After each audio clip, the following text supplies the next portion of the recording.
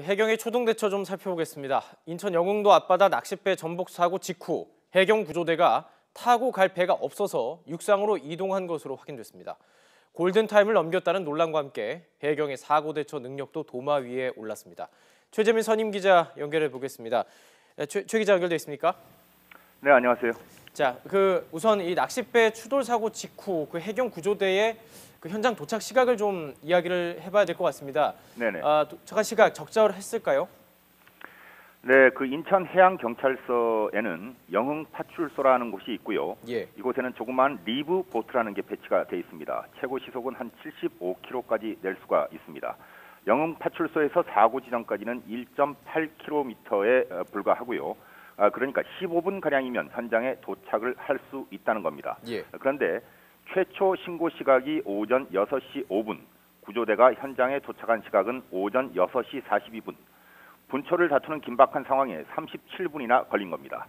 그런데 왜 이런 상황이 발생했는지 살펴보니까 상황실 충돌 지시를 받고 출동 지시를 받고 직원 3명이 계류장에 도착한 시각은 오전 6시 13분, 한 8분 만에 도착을 했는데 네네. 주위에 민간 선박 7척이 함께 계류가 돼 있어서 이를 이동시키는 데만 13분이 소요돼 오전 6시 26분에 출항을 했다는 게 해경의 설명입니다. 결론적으로 분초를 다투는 시각에 15분가량의 시간이 흘려보낸 겁니다. 15분 상당히 민감한 시간입니다. 이 긴박한 상황에 대비를 해서 구조대는 사실 언제든 바로 출항할 수 있게 준비되어 있어야 되는 거 아닌가요? 그렇습니다. 이곳이 해경 전용 계류장이 아닌 민간 계류장이라는 겁니다. 해경 관계자는 전용 계류장 확보를 위해서 예산을 신청을 했지만 예산에 반영되지 못했다고 설명했습니다. 우리나라의 해난 군안 실태를 적나라하게 보여주는 단적인 예인 겁니다. 자, 지금 이야기 나눈 곳은 고속으로 갈 수 있는 보트고요. 사실 이 수중수색의 능력을 갖춘 구조대가 도착하는 게 상당히 중요한데 인천구조대, 평택구조대 도착 시각, 자, 이 부분도 좀 논란이 있습니다. 네, 앞서서 출동한 리브보트는 인명을 구조하는 데 한계가 있습니다. 네. 수중수색 능력을 갖추지 못한 건데요. 육안으로만 판단을 할 수밖에 없는 겁니다. 요즘 같은 겨울철에는 해가 늦게 떠 구조 작업에 더 어려움이 큰 게 현실입니다. 그런데 수중수색 능력을 갖춘 구조대 출동 명령이 내려졌는데 결론적으로 신고 접수로부터 1시간을 훌쩍 넘겨 사고 현장에 도착을 했습니다. 평택구조대는 7시 17분에, 인천구조대는 7시 36분에 현장에 도착한 겁니다. 평택구조대는 사고 현장에서 직선거리로 한 13km가량 떨어진 제부도에서 출항을 했고요. 이곳에는 양식장이 빽빽하게 밀집이 돼 있어서 우회 운항을 할 수밖에 없어 10km 이상 돌아갔다고 합니다. 네.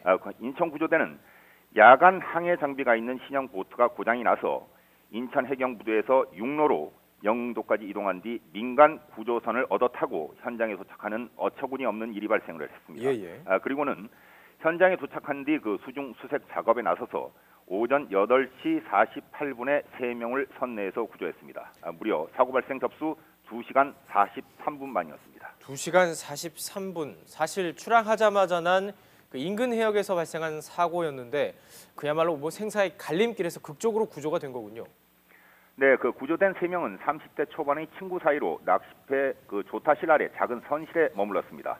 10명이 머물 수 있는 선실은 이미 다른 승객들로 꽉 차서 어쩔 수 없이 조타실 아래 쪽방에 머문 건데요. 예. 사고는 낚싯배 출항 5분도 안 돼 발생했습니다. 갑자기 쿵 소리가 나며 순식간에 배가 뒤집힌 겁니다. 순간 암흑천지로 변했고 바깥으로 나갈 수도 없어서 방수가 되는 스마트폰으로 신고했다고 긴박했던 순간을 전했습니다. 스마트폰으로 신고까지 하고 다행히 이들이 있던 이 작은 선실에 배가 완전히 침몰하기 전에 물에 잠기지 않아서 공기층이 남아 있었다. 우리 세월호 때 많이 이야기했던 에어포켓, 이것 때문에 지금 목숨을 건질 수 있었던 거군요. 그렇습니다. 사고 당시 상반신만 간신히 나올 정도의 에어포켓이 있었다고 합니다. 이마저도 산소가 점점 부족해지며 숨이 계속 차올라 신고 직후에는 아무 말도 하지 않고 구조대를 기다렸다고 합니다. 그런데 1시간 반이 넘어도 구조대가 도착하지 않을 때쯤 다행히 물이 썰물로 변한 겁니다. 물속에 다리가 점점 얼어붙는 듯한 느낌에 괴로울 때쯤 공기가 더 공급돼 구사일생으로 목숨을 건졌다는 게 생존자들의 증언입니다. 정말 긴박한 순간이었음을 가늠할 수 있을 것 같습니다. 최재민 선임 기자와 함께 짚어봤습니다. 말씀 고맙습니다.